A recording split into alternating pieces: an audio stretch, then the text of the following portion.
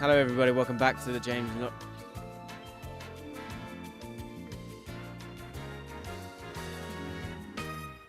Come on. Hello, everybody. Welcome back to the James Lawrence Allcott channel. Allcott's back in his chair, in his office.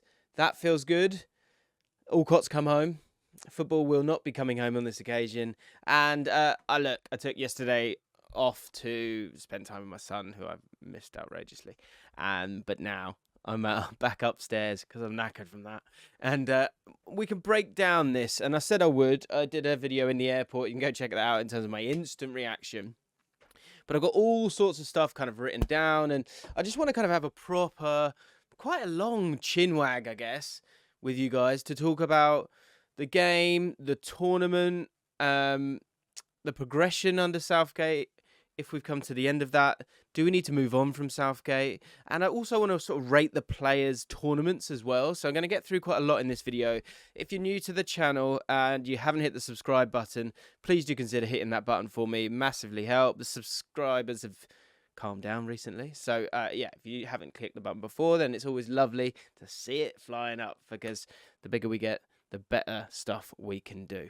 Right, let's dive into it. And I think the best place to start, of course, is the game in isolation. Then we'll move on to, you know, the players and their player ratings, and then we'll move on to Southgate after that. So, let's go. I mean, for initial thoughts, right, are that obviously I'm absolutely gutted that we weren't able to sort of provide what would have been a sort of Rizzler paper underdog story. Do you know what I mean? Like, I think France were expected to win, for sure. They were. And literally, so I've seen a lot of stuff about different things, and as ever, a lot of it incredibly valid, right? And game state is one.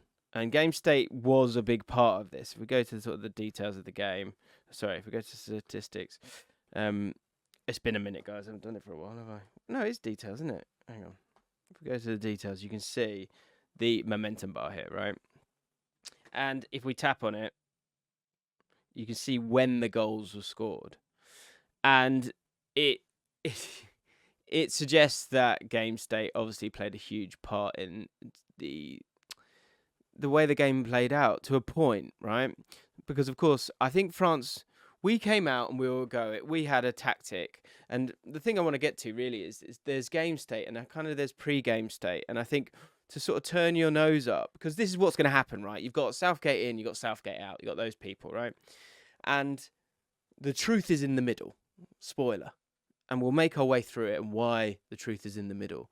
Because we can't keep not winning tournaments with a squad like this. But at the same time, there has been progression.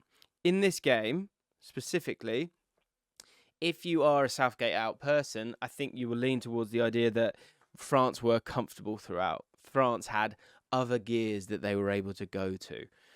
And I think there's evidence that obviously backs that up. As you can see here, like at the start of the game, overall, they were on top, right? And then France get their goal. And then all of a sudden, we wake up. Is that down to us waking up and also, you know, that fear of going behind kind of calming down? Or essentially, it's fight or flight moment for that team. I would suggest, I think it was a little bit of both once again. I think France kind of went, okay, right, we've got the goal. Let's chill out here. Let's, retain some energy. Let's see what they've got. But I also think there was a real response from the team. I think there was a massive, massive response. And I guess the counter argument to game state, which is obviously, it is valid. It is valid. The counter argument to it is the fact that we score and then we keep going.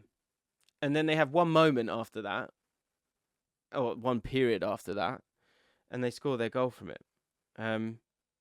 So I think overall, if you look at pre-game state, as in like before the game, what we were looking at a couple of things. We were looking at England getting pumped.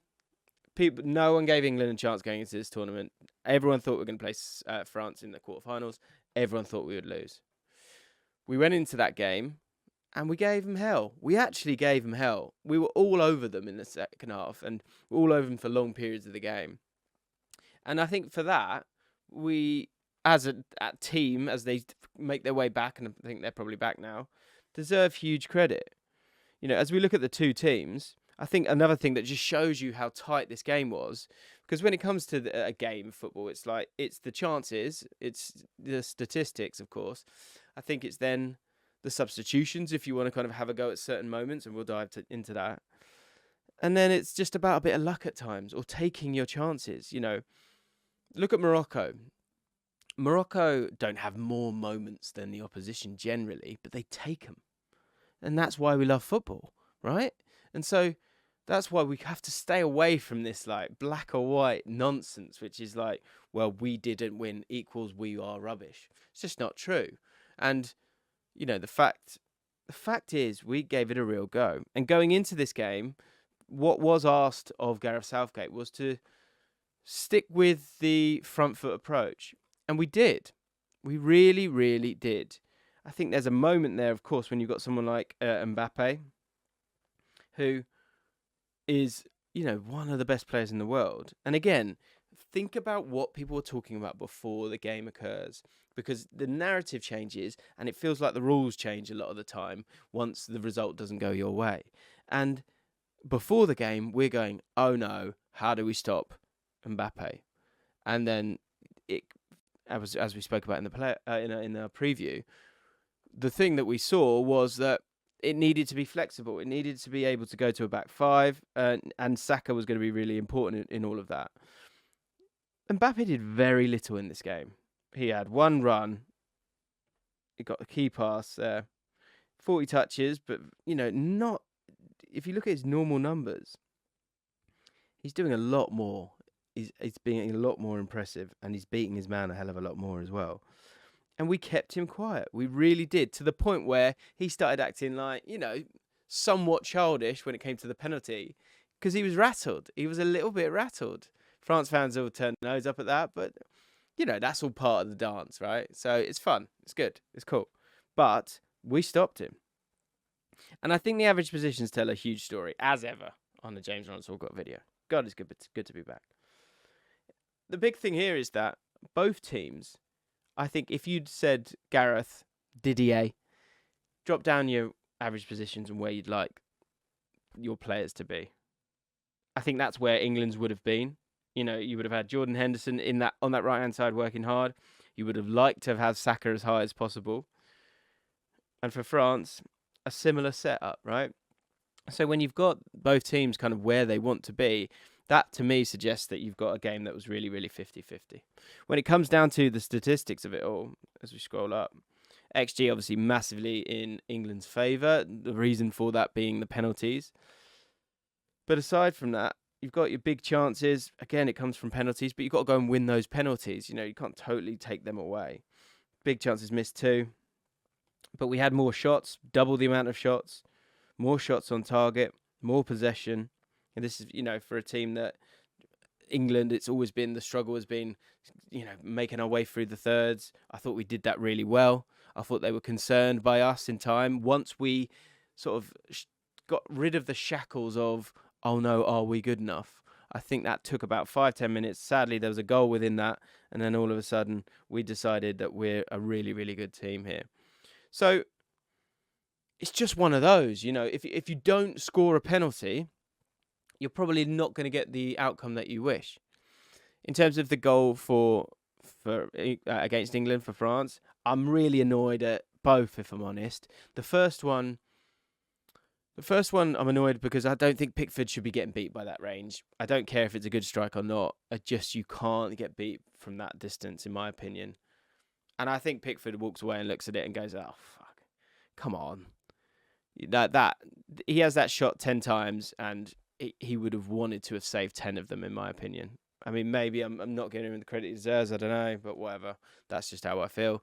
The second goal, I think, as we head into the semi-finals and Morocco and what they've done so brilliantly, I do wonder if Giroud is the kryptonite for that, because he is obviously fantastic in the air. Won one more aerial duels than anyone else. But if you watch the goal back, what you do see is Harry Maguire, one, trying to organise, but 2 switching off.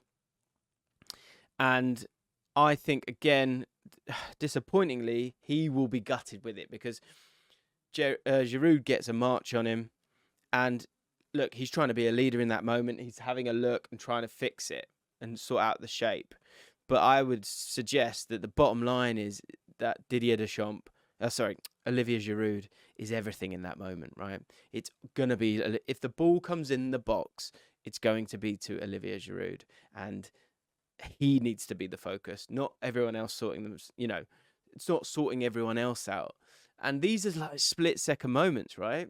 So these split-second moments obviously lead to goals, and then all of a sudden we're in trouble once again. And that's the thing. As soon as I see the first replay, I'm going, Harry, just focus on you. That's what you've done this tournament. You've concentrated on yourself, and you've had a really good tournament. But he's, if we're going to go out, we're going to concede goals, and often that's going to be the centre-back's fault, be it in a slight way or a huge way. But I've got to be honest, and I feel like the focus needed to be Giroud there, and it was far too easily, and he makes that one little movement to the left-hand side, and Giroud's got him, and Giroud's not going to miss it, and the quality's obviously going to be there as well. And then we're sort of, we're chasing again. So yeah, look, we gave it a bloody good go. Am I frustrated? Yes. Should we have won? I think you've got a real valid reason to suggest that we should have. I thought, going through the team in the game initially, going through the team, it was to a man. I thought Kyle Walker was brilliant. I thought he was absolutely brilliant. Look, Mbappe's going to get one run on him. He's not going to be completely perfect. But overall, I thought he was so confident on the ball. Just has become an incredibly sophisticated fullback for us. Stones and Maguire overall played well, but the goal it hurts. Luke Shaw, I thought, really, really struggled. Obviously, there was a bit more focus on the right-hand side for England because of Mbappe on the left for them. But Dembele was kind of getting around Shaw a few times at the start of the game. I think he then calmed down Luke Shaw and was able to kind of not dive in as much. Jude Bellingham and Declan Rice. I said in my instant reaction, I thought Declan Rice, and I tweeted it as well, I thought Declan Rice completely proved me wrong. I wondered about him in that role. And I think when you think about this team moving forward, being on the front foot like that and nicking the ball and winning it in transition when teams think they're okay, that's what we've got here in this midfield. And Declan Rice, I thought, was absolutely fantastic. To be honest, I haven't totally looked at his stats, but 76 touches, pass completion of 95%, fantastic. Just the one key pass. But I thought what I liked about him more than anything was just really brave on the ball. Really, really brave on the ball. And I think in previous games, he hasn't done that. It was his back to goal and then playing it back to the fullbacks or the other centre-back, and then we moved down the sides. In this game, we tried to play those little passes outside the boot, and he's good enough to do that, and sometimes that's down to confidence, but bravery as well, because bravery is seen in very different forms sometimes. And I would say that he showed huge bravery in getting on the ball and making these little passes that are scary when you've got Tchouaméni and Rabiot and Griezmann, and you know that if you give the ball away, you're in trouble. I thought he was absolutely superb, as was Jude Bellingham once again. My one concern with Bellingham is it's part of what makes him great. It's his tenacity, but he does love a moan. He does love a moan, and I wonder if I'm sure he probably, hopefully, stays on the right side of it. But sooner or later, that's gonna come back and haunt him a little bit. But look at that heat map, unbelievable, driving runs throughout the tournament. He was absolutely everywhere, and again in this game as well. And it allowed us again to be on the front foot, for them to be concerned about us. And this again. This is France. These are the world champions. Yes, they've got players missing, but they've got an unbelievable amount of squad depth as well. And also there's the evolution of teams as well, where, like for us, we've got some players here that are coming through, and you have to arrive at some point, right? So although Kante's not in this team, Pogba's not in this team, and Rabiot, you can say if he's good or not, whatever. What you can say is that Tchouaméni is pretty awesome, right? And he's going to be there for the next 10 years. So you can't discount him as a good player. Giroud, obviously scoring goals, so he can't be that bad either. And suits international football down to the ground and is world class at what he does. And then again, Upamecano going to be around for a long time. Varane, Theo Hernandez, who I thought struggled massively, and I don't know how he's. They've been very smart in terms of the bookings that they got as well. Griezmann, constant fouls. How many fouls did he have? I bet he had a good few. Surely. Where are we? Fouls. Just 3. I think he got away with a few. Theo Hernandez struggled with Saka. Just 2 fouls. Always feels like more, doesn't it, in the moment? Maybe I'm wrong in that, but it felt like Saka got absolutely abused throughout the game, sadly. So, the game itself, look, toss of a coin. We could have won that, and you would have gone, yeah, we deserved it, because we went our goal behind, and we did our thing. They got the goals when they needed them, and got that bit of luck in terms of us not scoring that penalty. If it goes into extra time, who knows what's going to happen? So I don't think they were better. I kind of feel like we were better. I think we won our duels. I think we made them work really, really hard. But we didn't get the win. And honestly, it's as simple as that, really. And so the inquest into... I think often we're looking for a scapegoat. It just doesn't... It's Harry Kane. Of course, it's Harry Kane because he missed the penalty. But overall, I think to a man, they've done well. Let's rate the squad then. I might go over here. Let's rate the squad. Because... we can then do that and then make our way into talking about Southgate. Let's go back to the squad, shall we? Here it is. Bosh. So, according to... let's make our way through. Should we start at the bottom? Goalkeepers. Ramsdale and Pope obviously didn't play a single minute, so won't give them any ratings. Pickford, I think, continued to do well. Disappointed me with that final... game in terms of not getting himself across to save that first one. Makes a big save after that for Giroud just before they do score the goal. I think overall a very competent I think overall a really competent tournament for Pickford. Again, he's a really experienced guy now. Really, really experienced. And I think overall did well. Made some big saves when called upon. Senegal game. No real absolute clangers in the tournament. So I will give him I think I'll give him a 7.5. I think we just go through the main guys here because it's kind of pointless otherwise, right? So Maguire, I think Maguire's really redeemed himself overall, but I think the same problems remain. And I do wonder if we're ever really... I feel like there's certain areas in the team that need a bit of an upgrade. And I think the centre-back positions, as we look at Southgate and if he wants to stay on and progress the team, do we do it with Maguire and Stones? I think Stones was one of my players of the tournament, if I'm honest, for England. I thought he was absolutely brilliant throughout. I think Maguire has shut some people up, and I think he's had an amazing England career. But I do think that there is a moment where he switches off, where he lacks a bit of mobility. And I think if we can get a centre back who's that little bit better, a little bit more switched on, then maybe. But we're going to lose something from set pieces. I think overall, look, he's come into this with terrible form and he's done okay. I'll give him I think I'll give him a 7.5 as well. I think it'd be harsh not to, because I think we've controlled games through those two centre backs a lot of the time. Luke Shaw never really did it for me, if I'm honest. I think it would be a 6.5. I don't think he really affected the game that much for us. I don't think he created that much for us. So 6.5 for me. Kyle Walker came in, did a really good job. As soon as he was back in the side, we looked better. I think it's going to be a real loss for England when we do lose him as a player. But hopefully, I think he's got a couple of years left in him, surely. Hang on.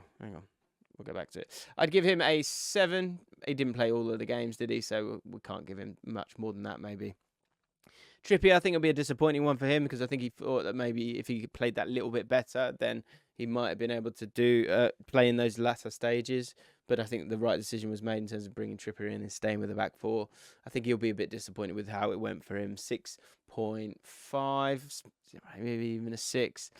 John Stones, I think John Stones, as I say, was absolutely fantastic for us. I'm going to give him a 9 out of 10. I thought he was great. I thought he was absolutely brilliant. Obviously, not tested a huge amount all the time, but so good on the ball. Calvin Phillips only got a few minutes, so we'll give him a 6. Declan Rice, I think he really, really grew into that role. Really, really did.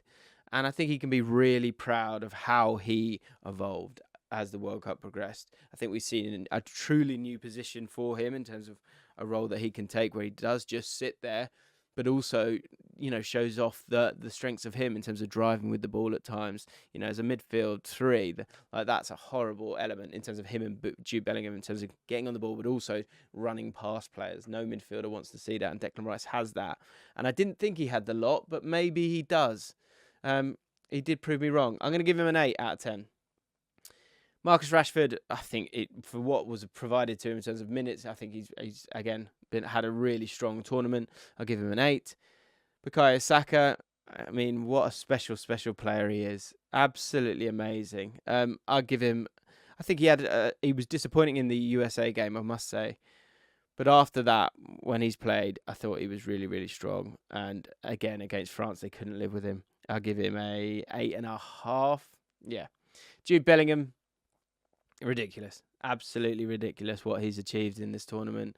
But not unexpected at all, right? I'm going to give him a 9 out of 10. I think he's alongside Stones as one of the 2 players for England in this tournament. James Maddison, disappointing he didn't get any minutes. I've got to be honest. We'll talk about substitutions in just a second. And I think there was a place for him in this tournament, but he didn't get those minutes. Jordan Henderson, 8.5 as well. I think in terms of what, he didn't get the opportunity initially, and then he grabbed it with both hands, so much so that he had to play and had to start and made this team change. I wonder if Southgate was going into this tournament thinking very differently, but Jordan Henderson made him behave, act, and pick a different team due to the fact that he just he was such a lightning bolt for the energy that we showed later in the tournament. Absolutely fantastic. What an incredible human being he seems to be. Conor Gallagher didn't get involved, so we'll leave it. Callum Wilson came on and did all right, did bits, 6.5. Didn't get too many minutes, but when he played, did all right. Grealish had moments of impact from the substitutes bench. I think overall, probably a 6.5 as well. Foden, good moments, bad moments. Not his tournament. I think you hope that there'll be a tournament where that's Phil Foden's tournament. When we think of this one, we think Bellingham, we think Saka.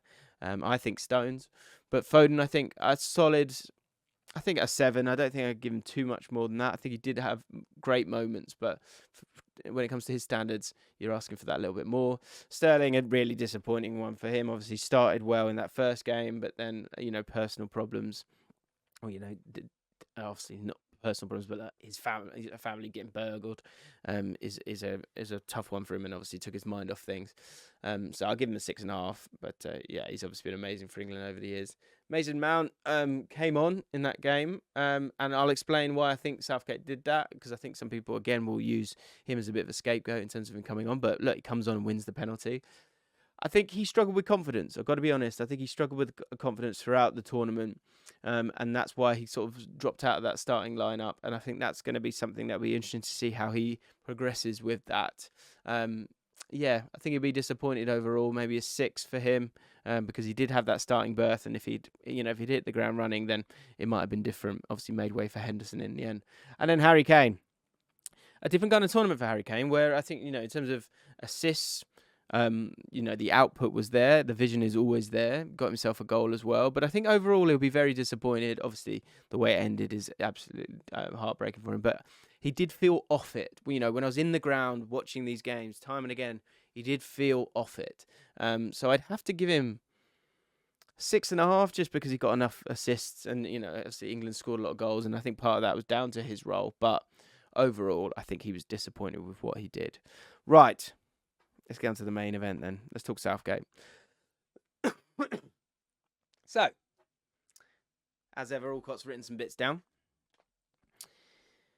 Southgate progression, player/squad progression, substitutions, squad life cycle, and then a really important one at the end, which I'll save for the end, shall we?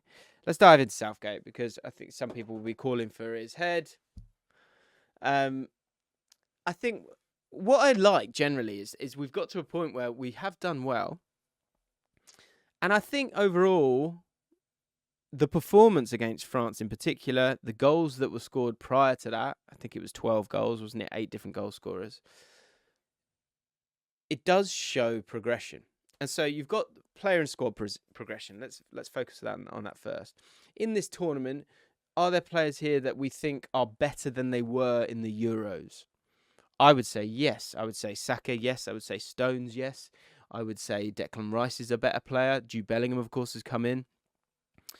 I think Rashford has found himself again, which is wonderful. Phil Foden, I'm not sure I'm totally there yet, but I think overall, and especially in areas where we've had concerns, which have been the centre midfield for a long time, I think the player progression and the squad progression, if you think of the depth of the players that are coming on, likes of Jack Grealish, Conor Gallagher is going to be better as time progresses and didn't get involved in this one. Calvin Phillips, obviously a lot of injuries and stuff. The depth of the squad is great. The squad building has been really strong, and there's a lot of good players that were left behind, let's remember as well.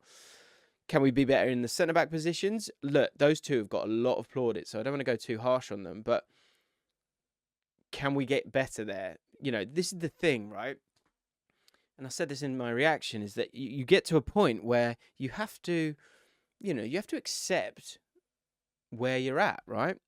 And Southgate has taken this team from being hoping we can find a miracle and win a tournament to expecting to get to the semi-finals of tournaments generally.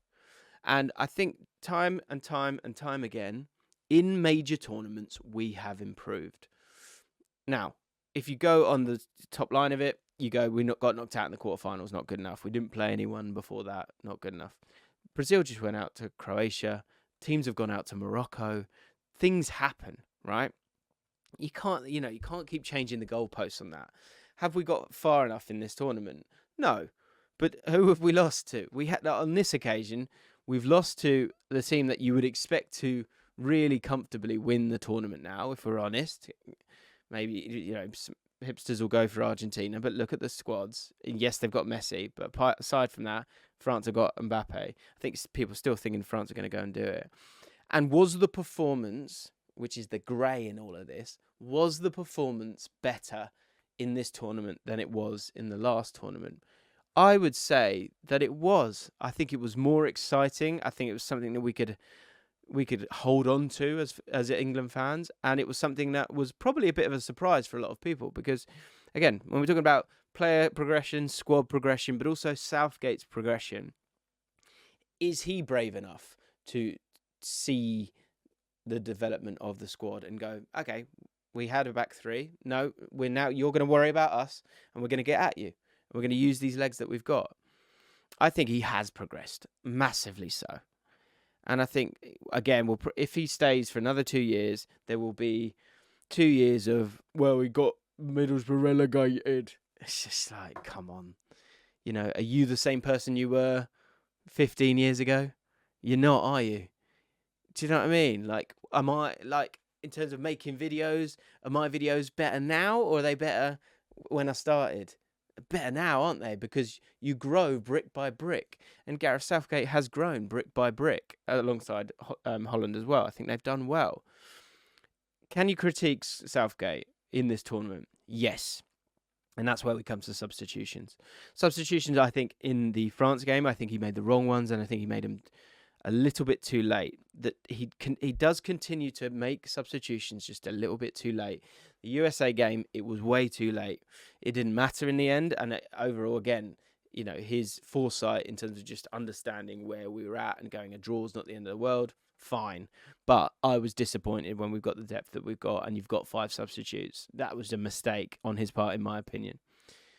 In the game against France, part of it, I don't have a problem with him not making changes because we were at him and we were doing well. So the lateness of them, I'm okay with.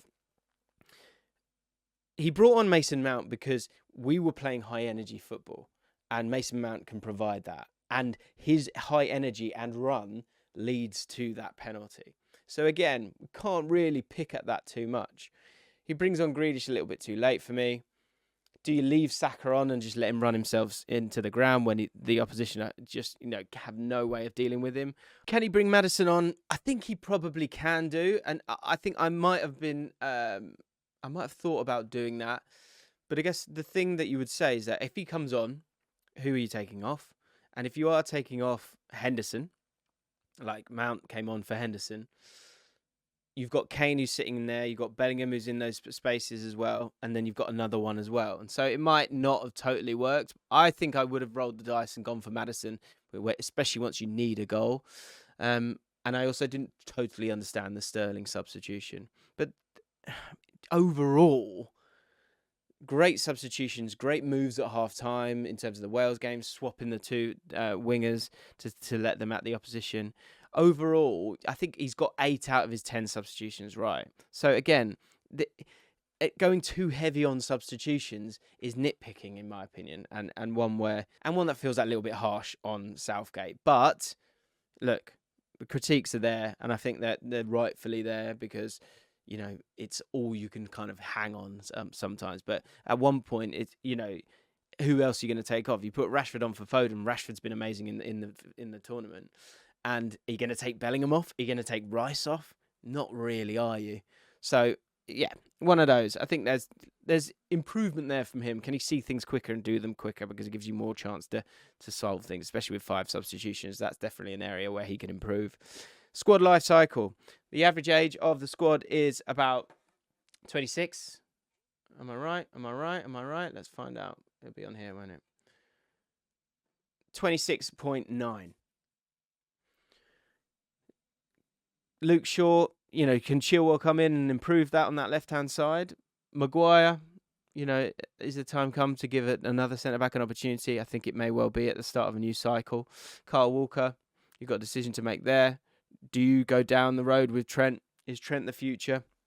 Is Reece James the future? I think it's out of those two, obviously. So that's an easy evolution. Does Ramsdale start to come in for Pickford?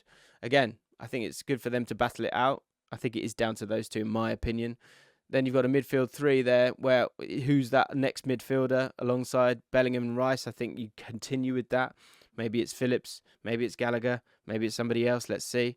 And then the front 3, again, it's up for grabs, right? Kane's going to be there for the foreseeable, at least the next 2. Maybe another World Cup, might be able to sneak one in. But everyone there, apart from Henderson and Walker, will be at the next World Cup. So again, when we're talking about Southgate and moving it on, part of it's down to what do they want. Here's what I want, because I've been waffling for some time now. Here's what I want. I would like him to carry on, because I have seen progression. And I think it's a squad that obviously knows him. Also, as you guys know, and it's been a big thing for me for a long time, England is a ginormous footballing nation. And the fact that we can't find another manager to take over who's English, I think is embarrassing. And I think the FA should be embarrassed by it. And I think there needs to be this. A change will need to happen at some stage. And also, when you've got a good squad, it gets to a point where it's like, well, hang on, do you know what I mean? You need to start winning something here. And sooner or later, it does become the manager. But I think he's earned one last stab at it. I don't think another World Cup for him is fair. I don't think it's right. But I think 2 more years in the Euros, and more important than that, or just as important as that, because I like him. I trust him. I think we're in safe hands. I think he wants to play attacking football now against anyone, against the best in the world, against France. I think he's seen the blueprint of what's to come, and it's a very English football style, energy, driving with the ball, physicality, all of those things, whilst showing quality as well. That excites me, right? And I think he deserves to have one last crack at it. But what I think is so important and has to occur now is there has to be a succession plan. There has to be succession planning. That was the final thing that I wrote down here. There has to be. Because if you don't do that, we're not painting a picture where English coaches feel like they can get somewhere. And whoever that coach will be, it will be someone that is underqualified, according to, the entitled ones. But every manager, in terms of their career, they have to start somewhere. International football is very different to being a manager of a top 6 side. If you're a manager of a top 6 side, you should have made your way up there, because that is the top, right? This is the top of English football, but we know how it looks now. The money's not there, you know. If the money's not there, often the managers won't be there. So you have to. So it's a great breeding ground to give English managers an opportunity to show that English managers and English coaches are smart and can make good decisions. And so a succession plan needs to be put in place. We need to know who the next manager will be after Southgate, and that coach should be sat next to Gareth Southgate with an understanding that he will be making those decisions soon. We need to ensure that in that backroom staff, we are giving young English coaches the opportunity to get the experience, so that when the opportunity does come, okay, they might not have managed Man United, but they've been there, they've seen it, and they're ready to make the decisions themselves. That's such a huge part of this for me, because Southgate has done so much for the country, for the fans, in terms of bringing us all together and providing us with, you know, excitement going into the tournaments. But his time is coming to an end sooner or later, and if we get to the end of this generation and we've not won anything, that will be a failure that's put on him, but he's also got us to that point. So I'm happy for him to continue that and see it out. But we need to think about the other side of it. And for me, in a country where we have so many footballers and football is so important to us, I stand by the fact that it is an embarrassment if you cannot find or provide the pathway and opportunity for an English manager. Don't ask me for names. Go and find them. Go and recruit them. Is it Justin Cochrane? Is it Steven Gerrard, who goes, right, I'm going to focus on international football? Who is that next person? Because the bottom line is, English fans will turn their nose up at any of them anyway. Or there'll be the ones that want to, and there'll be the ones that want to give him a chance or her a chance. Emma Hayes, you available? Hope Powell, why not? But it has to be English, and the succession plan needs to be put in place, and that needs to be a long-standing succession pathway that occurs time and again, because you're not going to go and get the Mourinhos, the Tuchels of this world. They won't want these jobs, and you're missing an opportunity to create what we've created here, which is a fine manager in Gareth Southgate, who has done a fantastic job and has missed out on the small margins due to a penalty shootout, due to 2 penalty shootouts. Not penalty shootouts, sorry, penalty moments at least, let's say. Sorry. So there you have it. That is my breakdown of England, their tournament, and of Southgate. Let me know how you're feeling. What's that? That's a lot of chat. Sorry, guys. I had a lot on my mind. I'll be thinking about what I want to do for the next couple of games and stuff like that. So make sure you subscribe to the channel. Of course, we've got a massive new year on its way, and I've got big plans and exciting stuff. So there's going to be so much content, guys. Thanks so much for watching. Thank you so much for all your lovely messages and support when I was out in Qatar. Hit the like button, hit the subscribe button, and I'll see you next time.